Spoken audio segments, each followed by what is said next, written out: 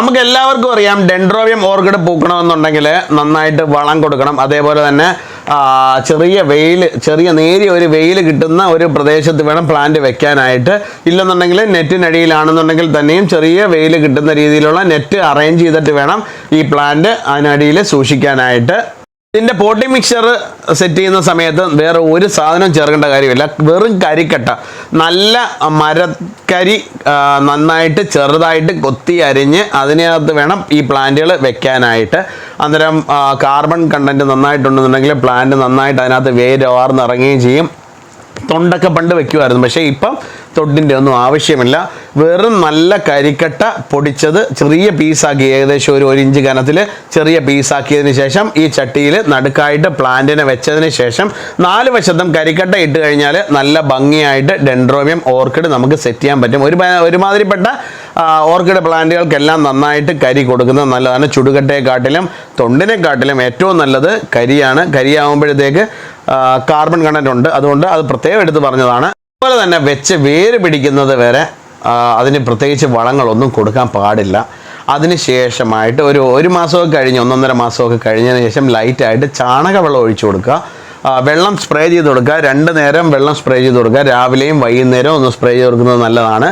അതേപോലെ തന്നെ ചാണകവെള്ളം ഡൈല്യൂട്ട് ചെയ്യുക. അതായത് എത്ര എടുക്കുന്നോ അതിൻ്റെ പെത്തരട്ടി വെള്ളം ചാണകവെള്ളം ആക്കി നന്നായിട്ട് ഡൈല്യൂട്ട് ചെയ്തതിന് ശേഷം നന്നായിട്ട് ഒന്ന് സ്പ്രേ ചെയ്ത് കൊടുക്കുക. അല്ലെന്നുണ്ടെങ്കിൽ ചെറിയ മഗ്ഗിനകത്ത് എടുത്തതിന് ശേഷം ഒന്ന് തളിച്ചു കൊടുക്കത്തക്ക രീതിയിൽ ഇങ്ങനെ വീശി ഒഴിച്ചു കൊടുക്കുകയോ ചെയ്ത് കഴിഞ്ഞാൽ നമുക്കൊരു പരിധി വരെ ഈ പ്ലാന്റ് നന്നായിട്ട് വേര് പിടിപ്പിച്ചെടുക്കാൻ സാധിക്കും. അന്നേരം ഇത് കൊടുക്കുന്നതിൻ്റെ കൂട്ടത്തിൽ തന്നെ ഈ ചാണകവെള്ളം കൊടുത്തതിന് ശേഷം ഒരു 10 ദിവസം കഴിഞ്ഞ് ഒരു 3 ദിവസം വെള്ളത്തിലിട്ട് വെച്ച് തേങ്ങാവെള്ളം 1 ഔൺസ് ഒരു ലിറ്റർ വെള്ളത്തിലിട്ട് നല്ലപോലെ ഒന്ന് അടച്ചു വെച്ചേക്കുക.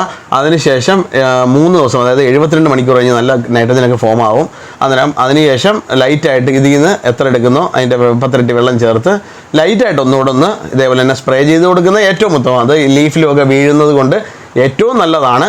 ഇത് കൊടുത്ത് അടുത്ത മാസം സ്റ്റാർട്ടിങ്ങിൽ നമ്മൾ NPK മിക്സ്ചർ, അതായത് ഗ്രോത്തിനുള്ള NPK മിക്സ്ചർ, അതായത് 30-10-10 എന്ന് പറയുന്ന മിക്സ്ചറോ അല്ലെന്നുണ്ടെങ്കിൽ നൈട്രജൻ കൂടിയ ഏതെങ്കിലും ഒരു മിക്സ്ചർ എടുക്കുക.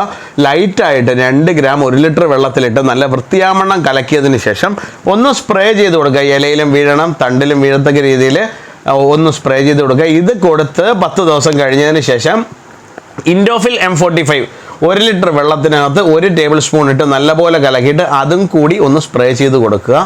അതിന് ശേഷമായിട്ട് ഒരു 10 ദിവസം കഴിഞ്ഞതിന് ശേഷം ഒരു ഇൻസെക്ടിസൈഡ് കൊടുക്കുക.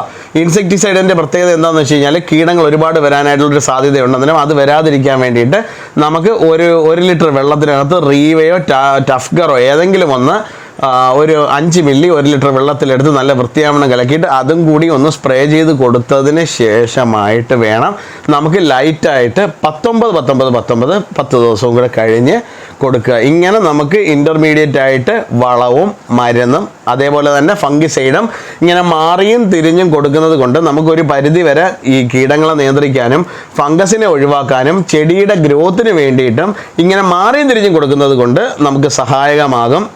അതുപോലെ തന്നെ നമ്മൾ ഇത്തരത്തിൽ നോക്കിയാൽ തന്നെയും ഇതിനകത്ത് ഈ ചെടി വളം എടുക്കുന്ന ഒരു തോത് കുറവായിരിക്കും. അന്നേരം നമുക്ക് ചെറുതായിട്ട് ഒരു 2 ഗ്രാം യൂറിയ, അത് ഒരുപാടൊന്നും എടുക്കരുത്, 2 ഗ്രാം ശ്രദ്ധിച്ച് കേൾക്കുക. ഒരുപാടായാൽ ഉണങ്ങിപ്പോവും, അതുകൊണ്ടാണ് വളരെ കെയറായിട്ട് കേൾക്കുക.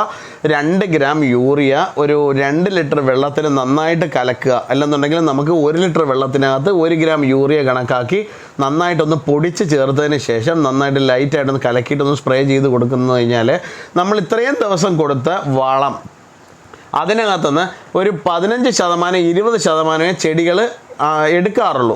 അന്നേരം അതിനകത്തേക്ക് ബാക്കി ഒരു 10% കൂടി യൂറിയ ലൈറ്റായിട്ട് സ്പ്രേ ചെയ്യുന്നത് കൊണ്ട് അത് ഇഞ്ചക്ഷൻ പ്രോസസ്സ് എന്ന് പറയും. അത് ഇതിനകത്ത് തള്ളിക്കയറ്റി കൊടുക്കും വേരിൽ.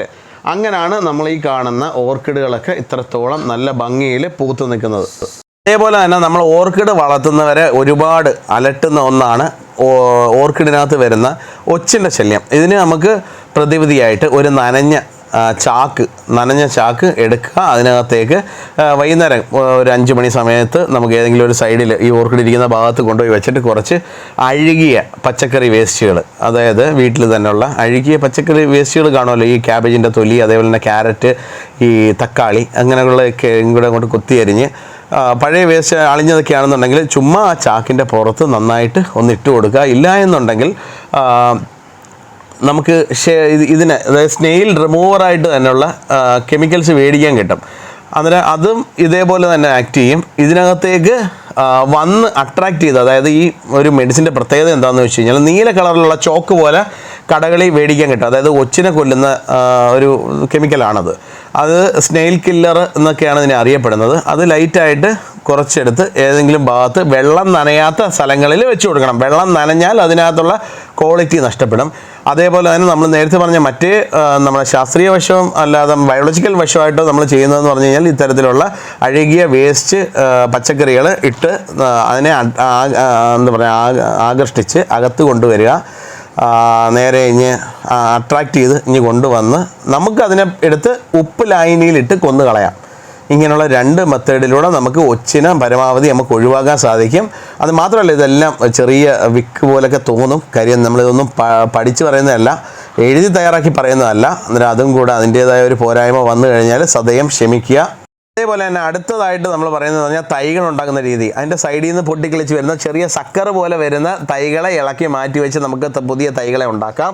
അതേപോലെ തന്നെ പഴയ ശിഖരങ്ങൾ, അതായത് ഇലയൊക്കെ കൊഴിഞ്ഞ് നിൽക്കുന്ന മഞ്ഞ കളറിൽ നിൽക്കുന്ന ചെറിയ തണ്ടുകൾ, ആ തണ്ടുകളിനെ ഇളക്കി അതിനെ പതുക്കെ സ്പ്ലിറ്റ് ചെയ്തെടുത്ത് നമുക്ക് നെറ്റിൻ്റെ മുകളിൽ ഇടുക. വെറും നമ്മൾ ഈ മേളിലൊക്കെ വലിച്ചു കെട്ടുന്ന നെറ്റുണ്ടല്ലോ, ആ നെറ്റിൻ്റെ മുകളിലിട്ടതിന് ശേഷം ലൈറ്റായിട്ട് വെയിൽ കുറഞ്ഞ ഭാഗത്ത് എവിടെയെങ്കിലും ചരിച്ച് വെച്ച് കൊടുത്തു കഴിഞ്ഞാൽ അതിനകത്ത് തന്നെ പുതിയ തളിർപ്പ് വരും. അതിനെ കിക്കീസ് എന്നറിയപ്പെടും. അതിനെ നമുക്ക് ഇളക്കി പ്ലാന്റ് ചെയ്യാം. വീണ്ടും ചെറിയ നല്ല തൈകൾ അതിനകത്ത് ഉണ്ടാക്കിയെടുക്കാൻ സാധിക്കും. ഇല്ലെന്നുണ്ടെങ്കിൽ വെറും മണലിൽ അത് തന്നെ ഇളക്കി ഈ ഇപ്പോൾ ഈ പൂക്കളൊക്കെ കഴിഞ്ഞ് നിൽക്കുന്ന ചെറിയ സ്റ്റെമ്മുകൾ കട്ട് ചെയ്ത് പ്ലാന്റ് ചെയ്ത് കഴിഞ്ഞാൽ, മണലിൽ പ്ലാന്റ് ചെയ്ത് കഴിഞ്ഞാൽ തന്നെ അതിൻ്റെ മുകളിൽ നിന്ന് ചെറിയ ഷൂട്ട് പോലെ ചാടി പുതിയ തൈകൾ വരുന്നതായിട്ട് നമുക്ക് കാണാൻ സാധിക്കും.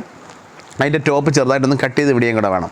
ഇത്രയും ചെയ്ത് കഴിഞ്ഞാൽ നമുക്ക് ഡെൻഡ്രോബിയത്തിൽ പുതിയ തൈകൾ അങ്ങനെ ഉണ്ടാക്കിയെടുക്കാനും സാധിക്കും. ചുമ്മാ വെള്ളം നന്നായിട്ട് സ്പ്രേ ചെയ്ത് കൊടുക്കണം. വെള്ളം സ്പ്രേ ചെയ്ത് നമ്മൾ മറ്റുള്ള ചെടിയൊക്കെ കൊടുക്കുന്നതിൻ്റെ കൂട്ടത്തിൽ മറ്റുള്ള ഓർക്കിഡ് തൈകൾക്ക് കൊടുക്കുന്നതിൻ്റെ കൂട്ടത്തിൽ തന്നെ നമുക്ക് ഇതിനും കൂടെ ഒന്ന് സ്പ്രേ ചെയ്ത് കൊടുക്കുക. അങ്ങനെ ഉണ്ടെന്നുണ്ടെങ്കിൽ നല്ലതാണ്. പിന്നെ ഗ്രോത്തിനുള്ളത് NPK മിക്സറിൽ 30-10-10 അത് ഗ്രോത്തിനുള്ളതാണ്. അല്ലെങ്കിൽ പിണ്ണാക്കും ചാണാനും കൂടെ മിക്സ് ചെയ്ത് 3 ദിവസം വെച്ച് പൊളിപ്പിച്ചിട്ട് എത്ര എടുക്കുന്നോ അതിൻ്റെ 10 ഇരട്ടി വെള്ളം ചേർത്ത് ലയിപ്പിച്ച് കുറേശ്ശെ മറ്റുള്ള ചെടിയൊക്കെ കൊടുക്കുന്നതിൻ്റെ കൂട്ടത്തിൽ തന്നെ ഈ കട്ട് ചെയ്തിട്ട കിക്കീസിനും കൂടെ ഒന്ന് കൊടുത്തു കഴിഞ്ഞാൽ അതും കൂടെ പ്ലാന്റ് നന്നായിട്ട് വളം എടുത്ത് നല്ലപോലെ നിൽക്കാനായിട്ട് ഒരു സഹായമായിട്ട് നമുക്ക് യൂസ് ചെയ്യാൻ പറ്റുന്ന ഒന്നാണ്. അതുപോലെ തന്നെ നിങ്ങൾ തീർച്ചയായിട്ടും ചെയ്തിരിക്കേണ്ട ഒരു കാര്യമുണ്ട്. പുതിയ പ്ലാന്റുകൾ വീട്ടിലോട്ട് കൊണ്ടുവരുമ്പം ലൈറ്റായിട്ട് ഫംഗിസൈഡ് ഒന്ന് സ്പ്രേ ചെയ്ത് കൊടുക്കുക. ഇല്ലെന്നുണ്ടെങ്കിൽ ഫംഗിസൈഡ് ചെറിയ ലായനി പോലെ ആക്കിയതിന് ശേഷം ഇതിനെ ഒന്ന് മുക്കിയതിന് ശേഷം എടുക്കുക. അതിനകത്ത് മാത്രമല്ല പറ്റുമെന്നുണ്ടെങ്കിൽ സ്വല്പം ഇൻസെക്ടിസൈഡും കൂടെ അതിനകത്ത് ലൈറ്റായിട്ട് 2-3 തുള്ളി ഒന്ന് ഒഴിച്ചേക്കണം. അന്നേരം കൊണ്ടുവരുന്നതിനകത്ത് ചെറിയ മറ്റുള്ള കീടങ്ങളുടെയോ അല്ലെങ്കിൽ എന്താ പറയുക കൊച്ചു പ്രാണികളുടെയൊക്കെ മുട്ട അതിനകത്തുണ്ടാവും. അതൊക്കെ ഒഴിവാക്കാനായിട്ട് ഇതേപോലെ ഫംഗിസൈഡ് ഇൻസെക്ടിസൈഡും കൂടെ മിക്സ് ചെയ്ത് ആ ലായനിക്കകത്തൊന്ന് ജസ്റ്റ് ഒന്ന് മുക്കിയതിന് ശേഷം എടുത്ത് വീട്ടിലോട്ട് കയറ്റാനായി ശ്രമിക്കുക.